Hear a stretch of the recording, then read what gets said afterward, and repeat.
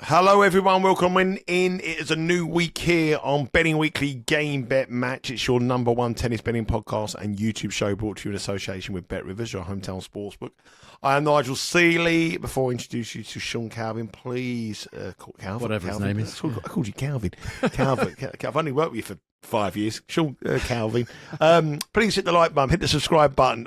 Make sure you give us a comment, anything you want to comment about on what's been a crazy week of ATP tennis. Sean, a good afternoon to you. And I suppose we've got to start really with what we said. It was a crazy season. I don't think I've ever seen anything like what we just watched in Shanghai there with the 1,000 to 1 complete underdog of the tournament. Vacherot winning. He's only ever won one tour match in his career, in the main tour, and he's now just won 1,000 of it. It's insane. I don't even know what to say. I mean, I didn't actually watch the final because I was out. Was it the worst final you'd ever seen in your life? Was it? I was out watching Lake. It was awful. Attempt to play football. I'm not sure what was worse. Actually, if you say the final was bad, I'm not sure whether the football was any better. It probably wasn't. I mean, right. I'm not even sure what to say about that. I mean, 1,012 Vacherot. He's had a career week. I mean, I'll be amazed if he does anything remotely approaching this again. You know, it reminds me of the old days when Roberto Carretero won what was the precursor to the Masters, the Super 9, I think it was called, the old Masters 1000. He won that as a qualifier, I think, back in the 90s, around about 96 or something like that. But, you know, a 500 to 1 runner-up and 1,000 to 1 winner. I mean, it's unheard of. And cousins. Yeah, and them being cousins. I mean, I think I said on one of the last shows last week, I said it's on, didn't I? I didn't believe it. I said, the cousins double is on here, Indikanesh and Vacherot, but not for 1 second did I think they'd do it. I mean, Vacherot had an awful lot of luck with players that were injured, players that failed to put him away. Djokovic was on one leg. He's had a career. As I said, I can't see him doing anything like that again. Indikanesh probably won't either. Yeah, what can you say? It's unprecedented. I've had a 500 to 1 winner before in the tennis, but in a 250, when Basilashvili won Doha, he was 500 to 1. You can sort of see that in a 250 if everything goes your way and you get a bit of luck, the odd withdrawal, whatever. But to come through qualifying, and I think he was an alternate for qualifying, wasn't he? And then he's come through qualifying and done what he's done, and then, as I say, he's had an unbelievable amount of luck to do it. I don't think we'll ever see that again. I can't think of anything remotely approaching that. There's been a couple of times when two qualifiers have contested a final. I think it happened in Eastbourne not too long ago, but they weren't that sort of price. And that's a 250. In a Masters series, you wouldn't expect it. I don't even know Incredible. What to say. I mean, he's moved up 164 spots in the world rankings. He's now the new number 40 in the world from 204 this time last week. I think when you go to Monte Carlo next year, I think we know who's going to be on the posters. I think, yeah, you're probably losing the first round. I don't think he'll win the game. I don't think he's ever going to win a tennis match again. I think he's done. I think you should retire. I think you'll retire. Do a ball or something. Just retire at 26 or whatever he is. Yeah. Just say I've won. I look at his career. His highest ever paycheck before today was €20,000, and he's just now picked up 1.2 million. It happens in other. You see it sometimes in sports, like I don't know, golf or something. You see people coming through from sort of nowhere a little bit. You don't really see it in tennis. Well, not men's tennis anyway. You don't. It's always the same guys that win. Majors. Very few surprises these days. I like it. It's like back to the old days, when you used to get some crazy finalists at the French Open. You'd always get one of them pretty much every year. Obviously not great for us. I mean, I can't imagine. Great for the books. I mean, how much money? Every single outright bet that was placed on that tournament has lost. I can't imagine many people had Indikanesh or Vacherot. When I say many, I think none. A guy messaged me yesterday. I don't know if you look at my Twitter handle. I know you always social, checking because we win Twitter handle. He had £5 each way on Indikanesh at 500 and bet Indikanesh wins quarter 125. Okay, well that's. And I'll be introducing you to our new head of ATP Tour Tennis next week. Fair enough. What about that? That's not bad, is it? Is doffed, as they say. I mean, very well. Did he say why? Incidentally. No, he didn't say why. I'm sure he did. I'm just curious to see what.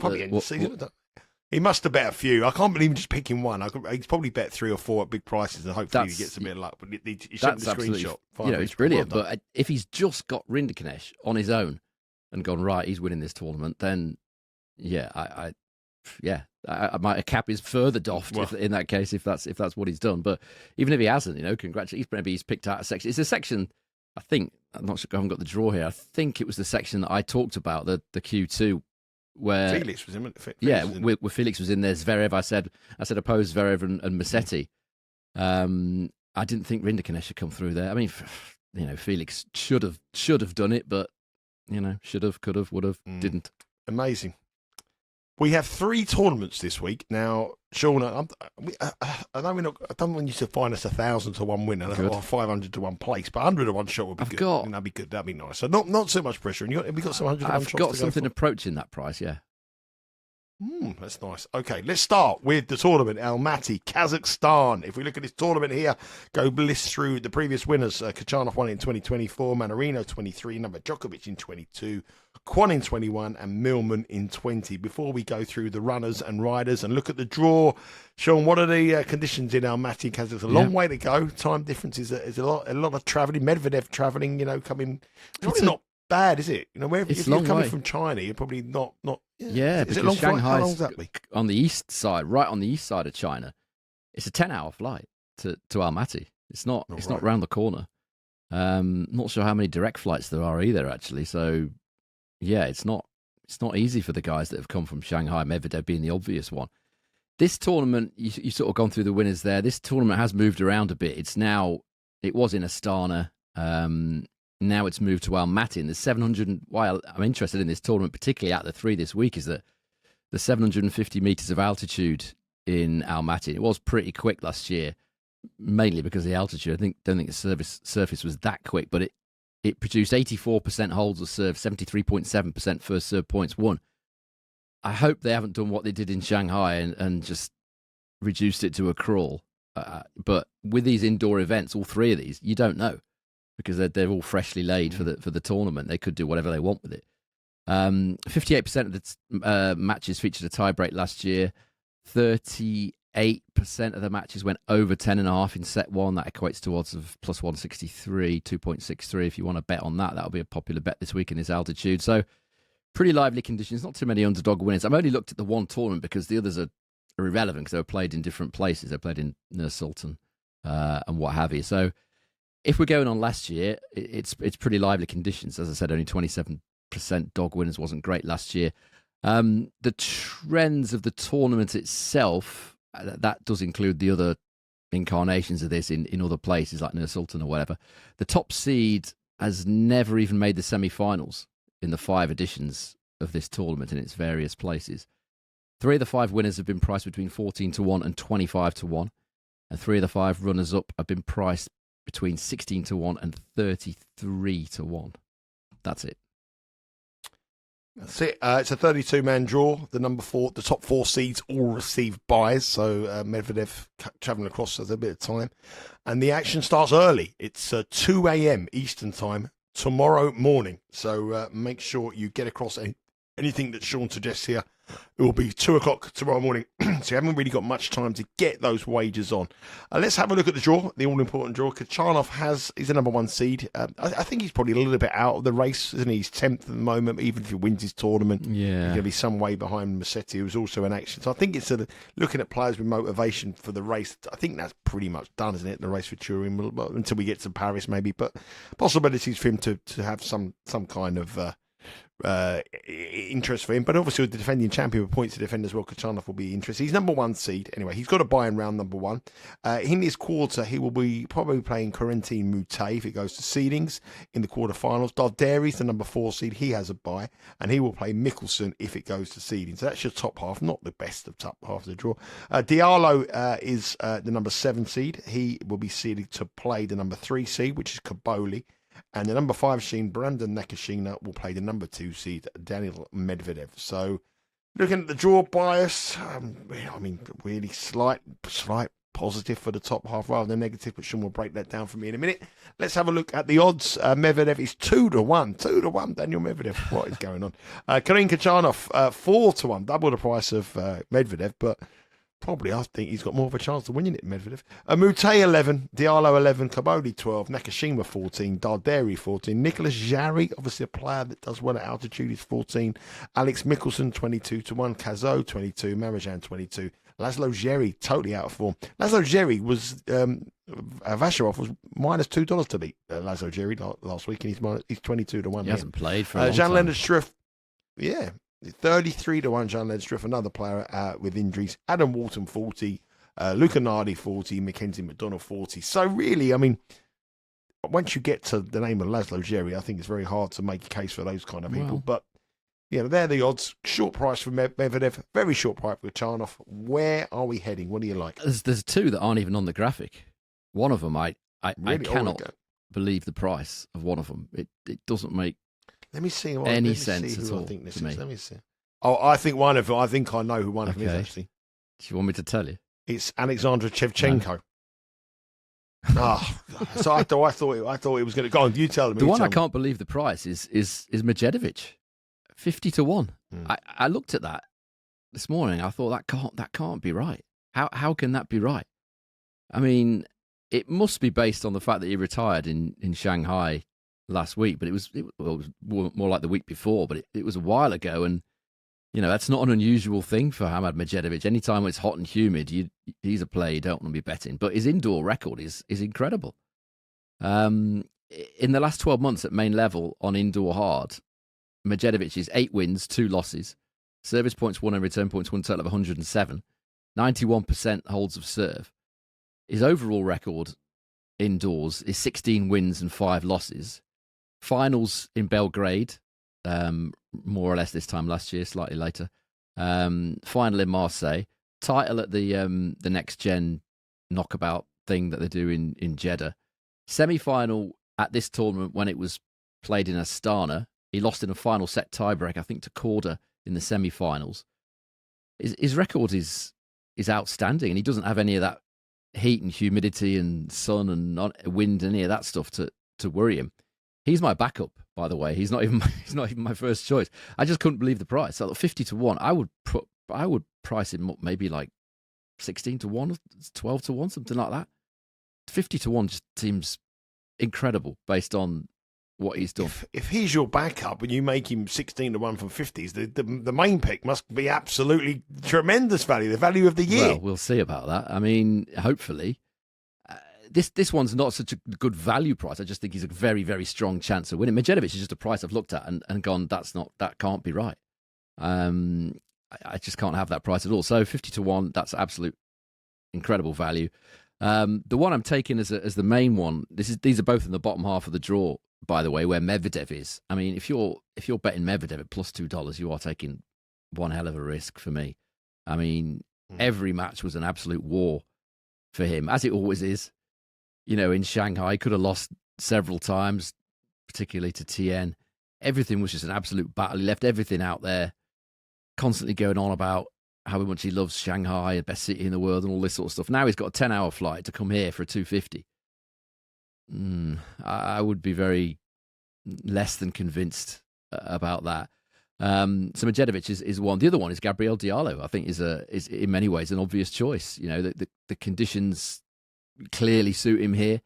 Made the final of this tournament 12 months ago. Service points won and return points won, total of 103 and 88% holds the serve here last year.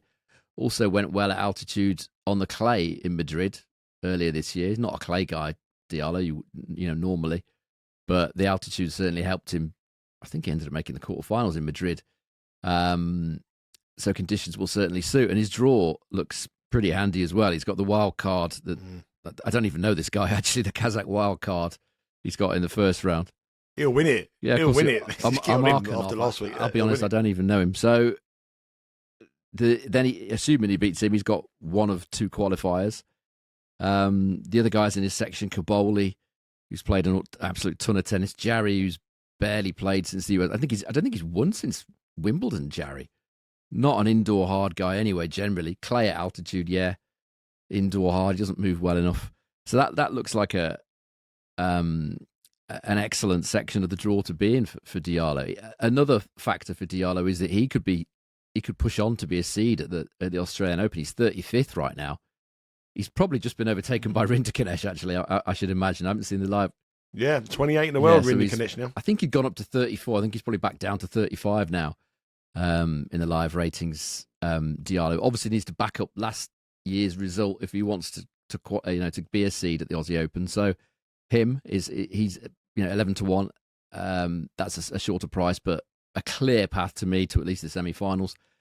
And the other big price one I'm taking at the top half of the draw. There's a couple I sort of fancied here. One of them was Kazoo, but I was put off by the fact that he's just finished playing a challenger and he's then got that 10.5-hour fly, and that kind of put me off him. So I'll go for 66 to 1 Vukic here. If we're going to get good prices, this is a guy that, again, I think that price is too big. He went well here last year. Again, points to defend this week and next week. I think he made the semis or the final in a challenger the week after this as well. So he's got points to defend. Made the semis, as I said, here last year. Beat Tiafoe here. Beat Manarino. Ended up losing only to Khachanov in a final set of the semi-finals. Conditions will obviously suit him. Quick conditions will certainly suit Vukic. The draw looks pretty handy as well.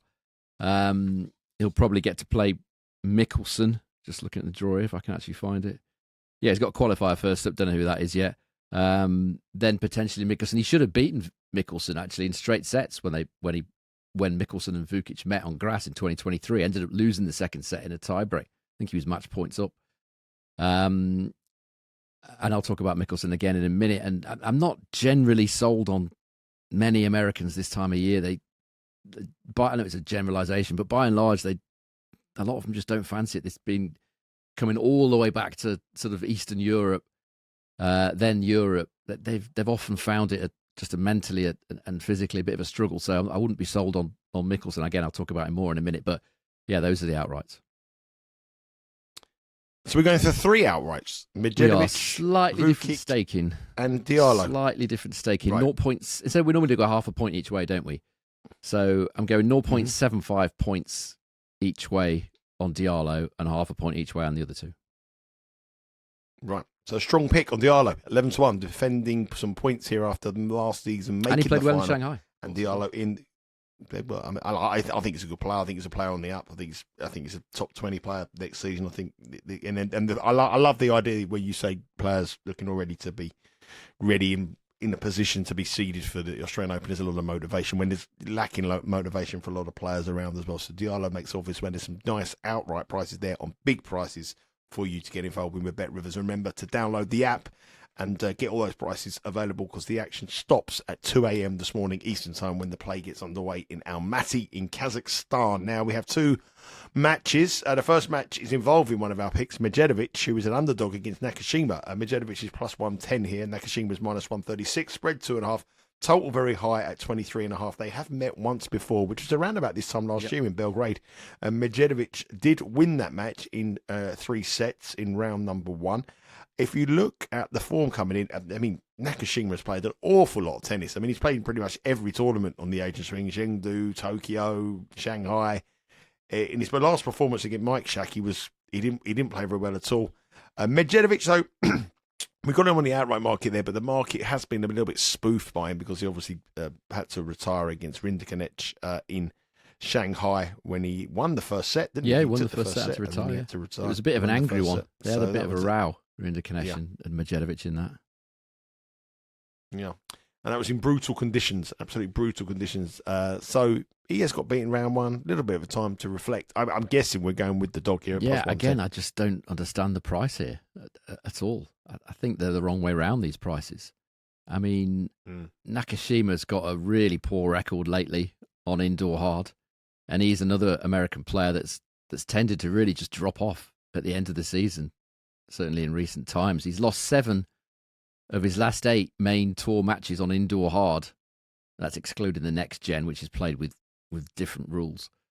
And one of those losses, as you said, was against Medjedovic in Belgrade. And it wasn't a fluke for Medjedovic. 107 to 93 in terms of service points won and return points won totals in favour of Medjedovic. He won 64% on second serve that day, Medjedovic.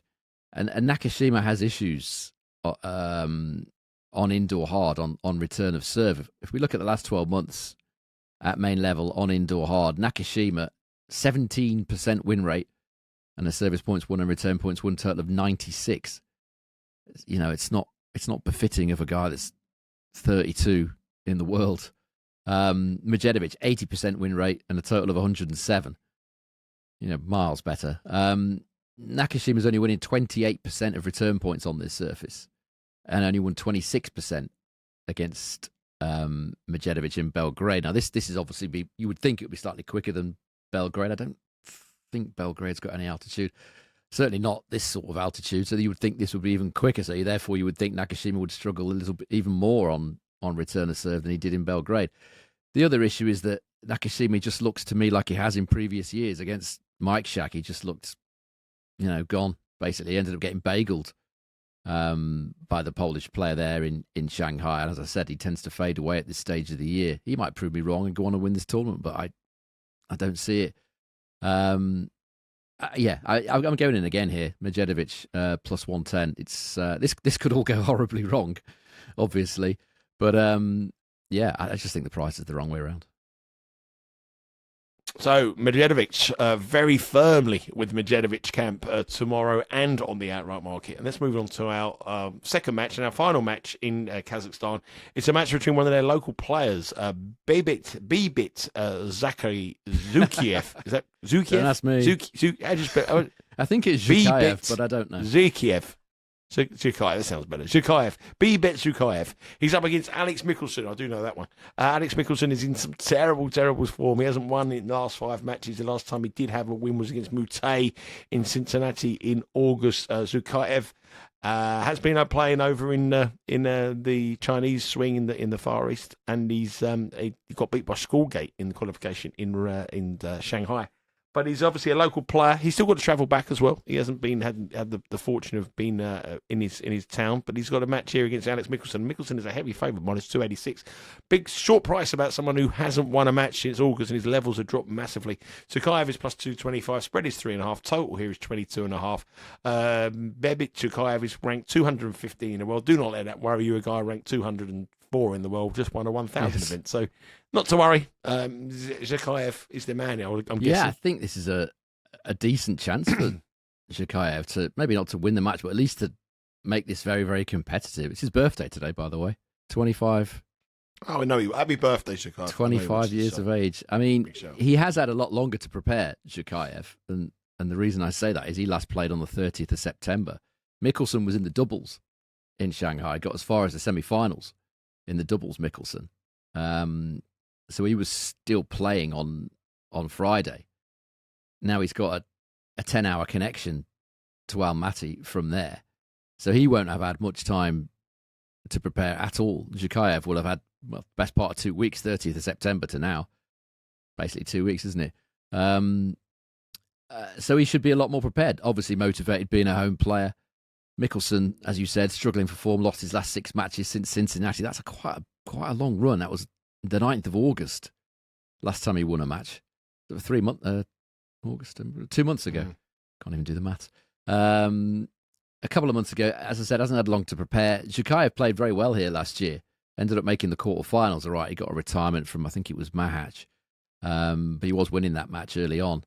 And he's got some power to his game. His game does suit the indoor conditions pretty well, as he showed here last year. He probably hasn't got the quality to win the match overall, but the fact that the layers have got Michelsen at minus 286, they're not totally convinced about him. I'm not totally convinced about him. I think the value here lies with Zhukayev being the better prepared, being the more motivated. Michelsen's probably, he's just got off a 10-hour connecting flight. He's end of the season. You could say that he's 34th. You might argue that he wants to make this seeding for the Australian Open as well. That's a possibility. But you would think that the way that Zhukayev would have prepared for this would be better. He does like the conditions. He will be super motivated. So plus 175 about him to win the opening set, I think is a decent bet here. I can see him being... He started very strongly here last year as well. Came out firing, Zhukayev. If he does that again, plus 175 is a good price to win the opening set for me. So Zhukayev to win the opening set to give the local fans something to cheer about against an out-of-form Alex Michelsen. Now we move on to our second of 3 tournaments this week, and if you are enjoying what you hear on these shows, remember you can subscribe to the Betting Weekly newsletter for free. The newsletter will go out on Monday. I'm revamping it. It's going to be some new stuff coming in a couple of weeks' time, so it's well worth you getting involved. There's going to be some sort of incentives for you to be involved as well, which we're working at in the next week. But last week we had a clean sweep on the picks, and you all exclusive picks as well, and you can get it for free by subscribing at thebettingweeklystudios.com. So make sure you subscribe to the newsletter. Okay, let's move on to the second tournament. It's over in Brussels. It's the European Open. Let's have a look at the previous winners. Last year it was won by Roberto Bautista Agut. Bublik won it in 23. Felix won it in 2022. Yannick Sinner won it in 2021. And Hugo and Bear won it in 2020. So it's a tournament that, despite being at the end of the year, some of the leading contenders have done particularly well at. Leading contenders this year are Lorenzo Musetti, Felix Auger-Aliassime. Musetti are trying to hold on to that top 8 spot to get into Turin. Obviously, for a local Italian player, it's a big thing for him to do. And I can imagine motivation for him this week. Sean, before we go through the draw and look at the latest betting with Bet Rivers, what's the trends here? What are the conditions like? Good question. We don't really know because it's not been held here before. It was held in Antwerp. In previous years. This is the first year they've moved across to Brussels. I was just looking on the phone there for some information if something had come through in the last sort of hour or so with regards to the conditions. The only thing I've got is David Goffin saying it's the same surface, the same organisation as before. That's about as much information as you're going to get. He's assuming, or I'm assuming from what he said there, that it's going to be the same conditions as Antwerp, but I don't know whether I'm totally convinced that it will be. These indoor tournaments, as I say, they can just change it. It's relayed every year. They can do what they want to the surface. They feel it was too quick or too slow last year or whatever. Change the balls. They can do a myriad of things. So we haven't got any firm information because we don't know. But the assumption is that it's going to be the same as Antwerp. Now, Antwerp was quickish, not insanely quick, but I would say it was on the quicker side of medium, and that's kind of what I'm basing things on here. So quickish, medium surface, pretty typical court conditions for a European event. And let's have a look at the draw. Lorenzo Musetti, as I said, needs to hold on to that 8 spot to get him into the end of season championships. He's currently 8th. He's in a big motivation. He's the number 1 seed. If it goes to form, he will play Mpetshi Perigard, the big serving Frenchman in the quarterfinals. Lehechka is the number 3 seed. He has a bye. So Musetti with Lehechka have byes. Lehechka gets a bye through. And if he goes to seeds, he'll play Sebastian Baez, which doesn't seem a bad option for him. In the bottom half of the draw, we have a lot of Belgian players, and Zizou Bergs heads his home country's hopes. He's the number 8 seed. He will be up against Davidovic Fekina, the number 4 seed, who also receives a bye. And in João Fonseca, the talented Brazilian, will play Felix Auger-Aliassime, the number 2 seed, who is in the bottom half of the draw. If you look at the draw, Q2 looks very winnable with Lehechka, Bonzi, Opelka, Baez, Bautista, a good defending champion as well. Not much in there to worry about. So these are the odds available. Felix Auger-Aliassime, our tip last week, 66 to 1, is now available plus 350. So you can see what kind of tournament this one is. Lehechka is plus 450. Lorenzo Musetti, the number 1 seed, plus 450. Davidovic Fekina, plus 550. João Fonseca is 9 to 1. Zizou Bergs leading his country hopes. It's 16 to 1. Roberto Bautista Agut, 22 to 1. Benjamin Bonzi, 25. Matteo Arnaldi, 25 to 1. And a few players at 28 to 1, including Mpetshi Perigard, Van der Sandtrup, David Goffin, Marcus Giron, and Reilly Opelka. I suppose, Sean, I think it's quite difficult to assess here because there's a lot of players there who need this to be quick, and without seeing some action, we're not 100% sure how the speed is going to be. I'm going to take a chance, though, on indoor conditions, unless they're deliberately made really super slow, which the European Open hasn't been over the years. It should be a decent pace for the big hitters. I think Musetti's not a good plus 450. Okay, his form has been very good this season, but indoor hard. We saw against Felix last week in Shanghai, and conditions weren't quick there, and obviously it was outdoors. He bullied him. Felix beat him pretty comfortably in straight sets.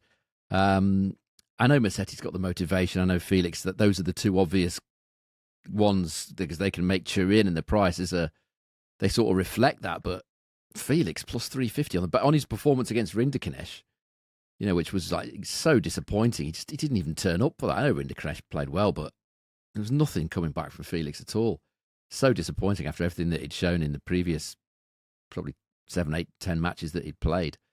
Lehechko is another one we had last week. In fact, we had the top two, didn't we? We had Lehechko and Felix.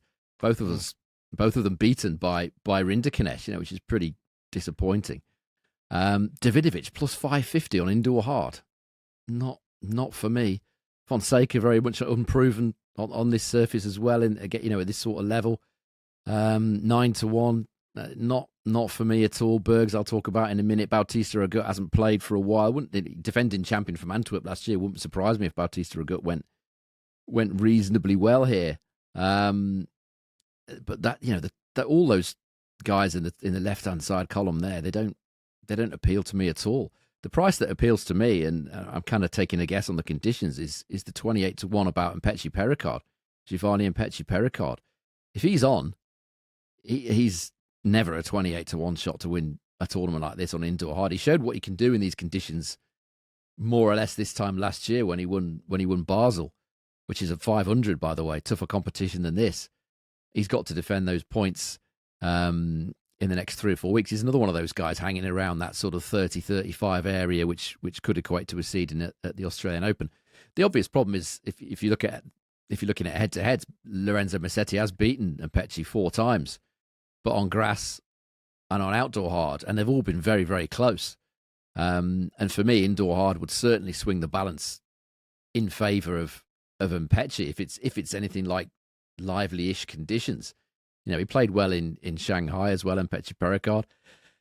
I think that price is too big. There is a lot of players here that I could potentially take a punt on, but I would like to know what the conditions are first. With Mpechi, I don't think it makes that much difference unless it's really, really slow, which, as I've said, Antwerp was never really slow. It was one of the sort of medium to quicker ones. So assuming David Goffin's right with his analysis, which is probably never a good place to be. Blame him. Blame David Goffin. It's not good to be in the hands of David Goffin for most things. David Goffin. But he seems to think it's the same. So if that's the case, I think 28-1 is too big about Mpechi Pericard here.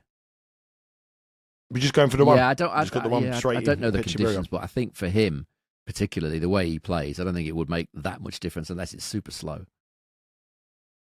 Yeah, this tournament will start around about 6 o'clock in the morning, so 5 o'clock, 6 o'clock, that kind of time. So make sure you've got a bit of time for that one. If you do have any bets on this, you'll be able to live stream these matches. We've got 3 matches here. You'll be able to live stream those matches on the Bet Rivers app. And let's just crack straight onto the matches. 3 matches of interest. The first match is an all-Belgium affair in Belgium between Zizou Bergs and Raphael Collignon. Bergs it's been in great form. I mean, he's up to a career high. Talking about players around that 30-40 mark. I think he's now 38 in the world, his career high. Playing some good tennis. But Collignon obviously is a tough test for him. Minus 192. I don't think you would have got that a few weeks ago. Collignon is plus 142. Spread 2.5. Total here is 22.5. Never met before these two. What do you think about this one? I think this has got a decent chance of an upset. Raphael Collignon's been in really, really strong form lately, and importantly, he's had a week off. And Bergs obviously hasn't, coming back from an exhausting time of it in Shanghai. He went relatively deep there, quarterfinals, I think. Lost to Djokovic, didn't he? Again, not much time to adapt to the time zone and the conditions. And there's very little in it in the statistics. They're both playing their best tennis right now, actually, and there's nothing in it in the stats.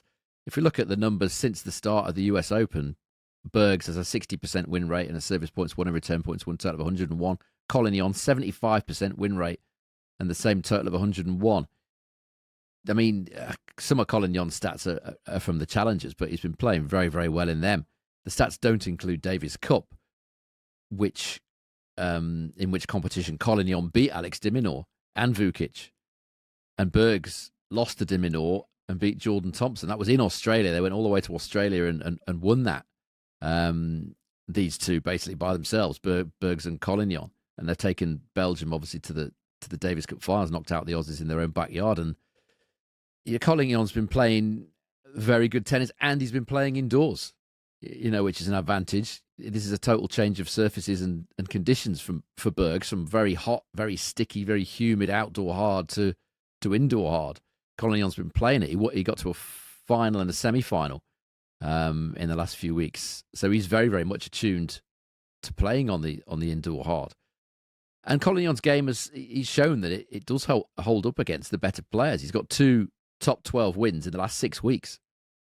De Minaur and Casper Ruud he's beaten, and Ruud was over 5 sets, of course, at the US Open, and the other one was obviously Alex de Minaur in the Davis Cup. So big tournaments, big matches, and he's won them, and he's beaten big players. Bergs 1 win and 10 losses against top 12 opposition in completed matches. So I think Collignon's a little bit underrated here. They're both buzzing at the minute. They've both got the Davis Cup finals to look forward to later on. I just think this is minus 192. I just think it's a big ask physically for Bergs. These two will know each other extremely well, and I just think that price, on the basis of the physicality and the travelling and the time zones and all the rest of it, and the form that Collignon's in, it just seems very, very short to me. So plus 142, Collignon. Yeah, plus 142, Collignon, our first official play in Belgium. Let's move on to our next match. It's a match between Benjamin Bonzi and Reilly. Opelka, minus 154 for Bonzi, plus 114 Opelka. 1.5 spreads, total 23.5. I thought they might be a little bit higher, considering the way these two serve. They have met once before, recently. It was in Shanghai, on the outdoor hard a couple of weeks back. Bonzi, last week, wasn't it? Last week. Last week. Yeah, and Bonzi won it. Yeah, we had him. 7-6, 7-6, 6-4 he won, to the total coming at 23. The inevitable tiebreak in set number 1 in a Opelka match. Bonzi, a bit different this time around, though, minus 154. This price has changed since I did all this, which is annoying. I think this is the only match that this week that's happened. It does happen quite a lot. He was more like minus 125 when I looked at this earlier on, which probably would have been a bet, maybe on the handicap as well. The reason being, again, Opelka is another one of these American players that just doesn't put it in at this time of year, generally. He's lost 6 of his last 7 main level matches that were played on indoor hard in Europe. He hasn't won one since 2021. And his stats are not as good as Bonzi's. Since the start of 2023 on indoor hard at main level, Bonzi 53% win rate and a service points won and return points won total of 103. Opelka's only played 4 matches, won 2, lost 2, and a total of 95.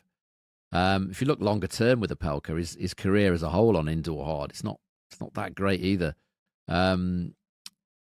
Service points won and return points won total of 98, and he's only winning 25% of return points. It's nowhere near good enough. It means he's got to win tiebreak after tiebreak after tiebreak, similar to Mpechi Pericard, really. But the difference is Mpechi Pericard is European. He's not American coming to this latter stage of the season. And again, I've talked about it before with Opelka. I probably mentioned it during the Bonzi match that we talked about in Shanghai.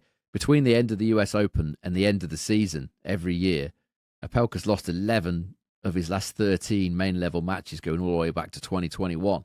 So he's another player like Nakashima, that tails off badly generally at the end of the year. The other factor for Bonzi is that he's got a lot of points to defend from 12 months ago.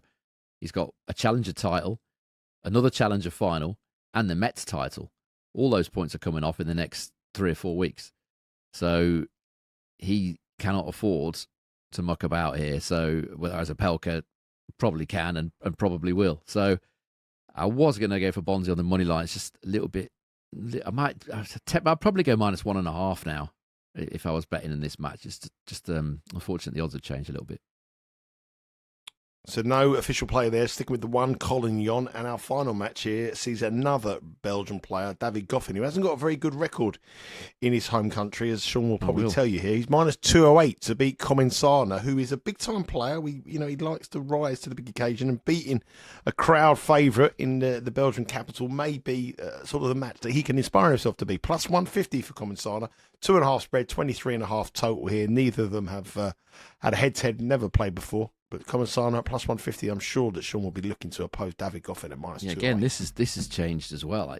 It's the money for some reason is coming for Mr. Goffin, which I think is a very risky business. It's risky at the best of times, but it's risky in Belgium, as you said.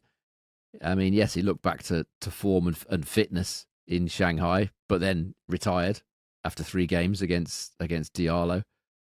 But he's got a poor record in Belgium, really poor. He's lost 5 of his last 8 ATP World Tour matches in Belgium. And in all 6 of the career matches he's lost in Belgium, he was favourite for every single one. And I can tell you the prices. He was 1.15, which is minus 667, 1.28, minus 357, 1.5, minus 2, 1.37, minus 270, 1.63, which is roughly minus 160, and 1.37 again, minus 270. All those matches, pretty heavy favourite for, very heavy in some cases, lost every single one. That would immediately set the alarm bells ringing here at sort of minus 208 with Goffin. And Comesana does have a habit of raising his game when he plays opponents from the host country. He's won 4 of his 5 main level matches when the crowd are against him, if you like. Beat Michelsen and Opelka in America, beat Gustavo Haida in Rio, and he beat Pedro Martinez in Madrid. He's won 4 of the 5 matches where he's been up against a host player, if you like, and he was underdog for 3 of those matches as well. So this is the situation we find ourselves in here, or Goffin and Comesana do, where Comesana is in that similar situation, underdog against a guy playing at home and a guy playing at home that doesn't usually play well at home. It's going to have to be a link, because I don't know what the conditions are. If it's like super quick or whatever, that would probably favour Goffin. But Comesana can play in quick conditions as well. I would like to have a look at the corp before I bet, but plus 150 is pretty tempting on Comesana. So another lean, Comesana plus 150 to take on David Goffin, who has a shocking record in his home country. That's our second tournament. Now we move on to our third. I don't like these 3 tournaments. No, I'm not keen. I like being back to normal time, though. I must admit, I like the Sunday. I'm not going to moan too much. I like the Sunday, Tuesday, Wednesday structure of it, but I don't like 3 tournaments. And they're 3 bad tournaments. It's not great this time of year. Anyway, at the top of the show, Sean said he's going to find us 100 to 1 per player to beat. I didn't actually say that, did I? I said something approaching 100 to 1. I've given you 50 to 1 and 66 to 1 already. Have we got someone approaching 100 to 1 in this 66 to 1 is approaching 100 to 1, isn't it? Well, I was hoping 108. I thought 80. I thought we might have a big one. Anyway, okay. I was hoping we might have a big 100 to 1 shot. Anyway, let's have a look at this tournament in Stockholm, where it's our final event this week. Another 250, another indoor event. Looking through the winners, 2024, Tommy Paul won it. 23, Galmon Feast. 22, Holger Rune. 21, Tommy Paul again. 19, Shapovalov. 18, Tsitsipas. Been won by decent players. And this time around, the market is headed by Ruud and Holger Rune. They're the 2 players who are the top end of the market. Before we look at the odds and the draw, what do you make of this one? What the stats tend to say? Yeah, this is a tournament where conditions have changed a lot as well. Actually, they tend to tweak them pretty much every year in Stockholm, and we're kind of guessing a little bit as to what they will be this year. The best thing we can do is probably go on last year's edition, which was on the quicker side. 83.2% holds, 74% first serve points won. That's pretty quick. 52% of the matches featured a tie break. Not too many of the matches went set 1 over 10.5. Only 30% did last year go over 10.5 in set 1. That's equates to odds of about 3.33 plus 233. They do use, or have used, up until now, I don't know where they still are this year, but they use the Robin Soderling balls here, which a lot of players do moan about.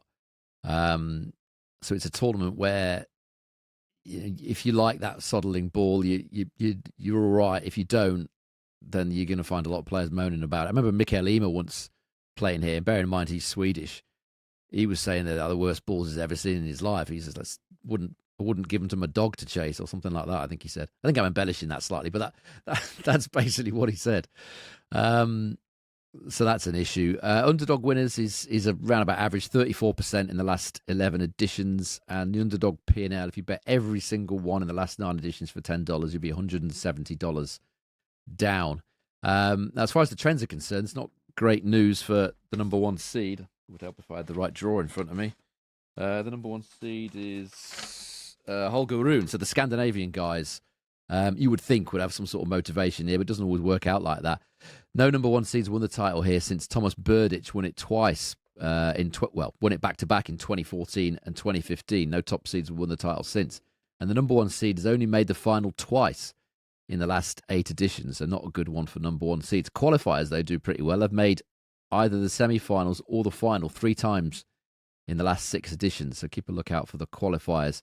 3 of the last 4 winners have been priced between 16 to 1 and 33 to 1, and 3 of the last 6 runners-up were priced between 28 to 1 and 66 to 1. They're the trends. These are the contenders. The number 1 seed through to number 4 seeds all get buys, as they have done in all 3 of the tournaments this week. 32-man draw. Holger Rune, as Sean said, is the number 1 seed. He's got a buy if it goes to plan. He'll play Alexandre Muller in the quarterfinals, the number 6 seed. Hugo Humbert, the Frenchman, is the number 4 seed. He's a buy. He will play Ugo Carabelli. Be amazed if Ugo Carabelli gets through to the quarterfinals, but that's where it will be. Talon Griekspoor must be absolutely shattered from his adventures last week. He is the number 5 seed. He will play Denis Shapovalov, who also has a bye. He's the number 3 seed. And finally, Alexei Poprin, the number 7 seed, who starts off against Sebastian Korda in a very interesting first round match. He will play Casper Ruud, the number 2 seed, who has the bye there. These are the odds, and Casper Ruud and Holger Rune, plus 270. Come on. Like, listen, mate. How can we possibly bet these two at plus 270? Holger Rune, after beating Vacherot last week, 270. Denis Shapovalov, who's capable of it on his day, 12 to 1. Matteo Berrettini, always struggling with injuries, up against qualifying round 1, unseeded, 12 to 1. Talon Griekspoor, 12 to 1. And what energy he levels. He'll be fine. Has. Sebastian Korda, 14. He's 14. Hugo Humbert, 14. Kovacevic, 18. Mike Shack, 20, Echeverry, 20, Fuchsovic, 22, Jacob Fernley, who opens up against Griekspoor, 25 to 1, Lorenzo Sonego, 25 to 1, Alexei Poprin, 28 to 1, and Mimor Kekmanovic, also 28 to 1. Interesting one of the draw. The Ema brothers are drawn to play each other, which I find quite interesting. Elias and Mikael Ema are up against each other. And Bjorn Borg's son, Leo Borg, is in the draw against Sebastian Offner as well. So there are some interesting matchups there for Swedish fans. Tennis fans, what are you on, Sean, here? What do you like? Leo Borg still gets the wild card, doesn't he, every year? We're still persisting with this for some reason. Barely wins a match at challenger level, let alone on the main tour. I think Q3 looks the place to be here. If you're betting Rune or Ruud, I think at plus 270, I just think that's absolutely no value at all. Rune, as we talked about last week, just constantly lets you down, doesn't he, in the latter stages? Again, should have beaten Vacherot, blamed his physical conditioning again. That shouldn't be an issue indoors, but he just loses far too many matches that he should win.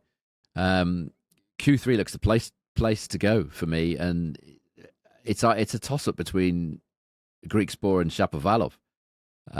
If you look at that section, Griekspoor's got... I'm going to take Griekspoor. Griekspoor's playing Fernley in the first round, which is exactly the same matchup as it was last year when Griekspoor won it 7-6, 6-3. So hopefully that's a good omen for him. He went on to make the semi-finals here last year. It just looks a very weak quarter. You've got the Ema brothers who are conveniently playing each other. Not that I'm suggesting any impropriety in the draw, of course, but they're playing each other. And they're just not up to this level these days. Mikael Ema, was banned for quite a while. Has come back, not really done anything since. Elias Ema is kind of a challenger level generally. So Griekspoor beats Fernley, who's been struggling in recent times. Fernley with injuries and loss of form. Griekspoor should be beating Fernley. Should be beating one of the Ema brothers. Then potentially it would be or highly likely, it would probably be Shapovalov. Now, the reason I've gone for Griekspoor, well, one of the main reasons, he's got an excellent record against left-handers. Does Talon Griekspoor? He's won 16 of his last 20 matches against left-handers, including the only one he's ever played against Shapovalov. Obviously played well here last year. He was very, very close to making the final. It lost a tight one to Grigor Dimitrov in the semis. We know indoor hard is where Griekspoor shows up his best form. Obviously played very well in Rotterdam, which is a home tournament, played well here before. Indoor hard and grass tends to be where he goes. I don't think he should be too fatigued because of the fact that he lost so many matches in the summer. he's losing in the first round pretty much every time, so he shouldn't have that much accumulated fatigue in his legs. Last played on the 7th, which was 5 days ago. It should be fine. He's another one who's in the cusp. He's in the place at the minute for the seedings for Australian Open. He's 27th at the minute, but that doesn't guarantee yourself a seeding. He's got points to defend from last year. He needs some wins to make sure he is in that top 32. I fancy him to beat Shapovalov, but although we know with Shapovalov, he could be anything on any given day. I just feel like Greek Sport is the guy for these conditions, and as I said, he's got that excellent record against lefties. He beat Casper Ruud here last year, so if he gets past Shapovalov, gets to the semis, very good an obvious chance against Casper Ruud. Beat him in these conditions last year. But Q4 looks, Ruud is by no means certain to get through that Q4. He'll probably have Cilic as his first match. Mike Shack's in there as well. Popyrin, Korda. That is a very, very tough Q4, whereas Q3, as I said, which Greek Sport is in, is very, very weak, with the exception of Shapovalov. So, Greek Sport for me here. Yep. Talon Greek Sport, 12-1 with Bet Rivers is our final pick. Now, unfortunately, we don't have any bets here for round one. The action does start tomorrow at 8 o'clock, and the tournament gets underway with Kekmanovic against Muller, and it's followed by Greek Sport in action against Fernley. So 8 o'clock tomorrow morning is when, Eastern time, is when these markets will suspend. So you have to 8 o'clock tomorrow, Monday morning, to get those bets on. And what is a busy week of tennis. It's a busy week on the channel as well. Betting Weekly Live returns Monday through to Friday. Over here in Europe. Then we have Betting Weekly Live America as well. So that is at 11 o'clock Eastern time for the European show, and 5 o'clock Eastern time for the American show, Monday through to Friday. Betting Weekly Tennis Live is back this week, and we will have some live tennis action on the show Monday through to Wednesday. Last week we didn't have any live matches. We had to preview the matches, but now we return to normal times and normal proceedings. We'll have live in play Monday through to Wednesday with a couple of members of the tennis crew involved there. And it's the return of the soccer as well. Betting Weekly Premier League is back on Thursday, and Betting Weekly Extra Time is back as well on Friday after the return of the international break. Sean, we've got a lot to get through there. Any chance you can do me a quick wrap up? Yes. Stockholm, pretty simple. I don't fancy any of the matches there, which is why we haven't talked about. I think the better value elsewhere. But as far as Stockholm's concerned, just the outright, which is Talon Greek Sport, each way at 12-1. Just going back to where we started and Almaty, the three outrights there. I talked about the staking plan earlier on. The three outrights, if I can even find them. Gabriel Diallo, at 11-1 each way, 3/4 point each way on him, half a point each way. Medjedovic at an incredible 50-1, and half a point each way on Vukic at 66-1. A couple of matches there. Medjedovic as underdog, around about, what is he, plus 110 to beat Nakashima, and the opening set for Beibit Zhukayev against Michelsen, which is a plus 175 chance. Now, moving over to Brussels, just the one outright. Not too sure about the conditions here. We're going to take 28-1 each way and Petchy Pericard on the outrights. And the match bet there is Collignon, plus 142. Raphael Collignon to beat his Davis Cup teammate Bergs. Wrap around Europe there in 5 minutes there from Sean, giving you all the bets across European football. European tennis. Talking about football, I'll be flying to Latvia tomorrow for the England World Cup qualifier. If you want to follow me over there, you can do it on our socials at Because We Win. I'll be putting up some videos on there and chatting to the fans and seeing England will win, but it's just a question of how many. So I'll be up there talking about that on the Instagram account and on our socials at Because We Win. Myself and Sean will return on Tuesday. We'll be back on Wednesday. Normal service has resumed. We're flat for the year. Dead flat. No winners, no losers, but we got a month to turn it around to some nice profit. Got a good feeling about this week. 3 tournaments returning to normal times. Some positives for players, some negatives for players. You know, it's easy, this game. All you got to do is pick 1,000-1 winner and a 500-1 runner-up. It's easy. Everyone can do it. Anyway, that has been it for a long Betting Weekly Game Bet match. Enjoy the rest of your weekend, Sean. Enjoy your day. Good luck. Remember, all the action starts tomorrow. Some early times there, 2 a.m. Eastern Time, the first tennis tournament starts. So you don't have long to get on Sean's picks. Have a good one, and we'll return again on Tuesday. Take care.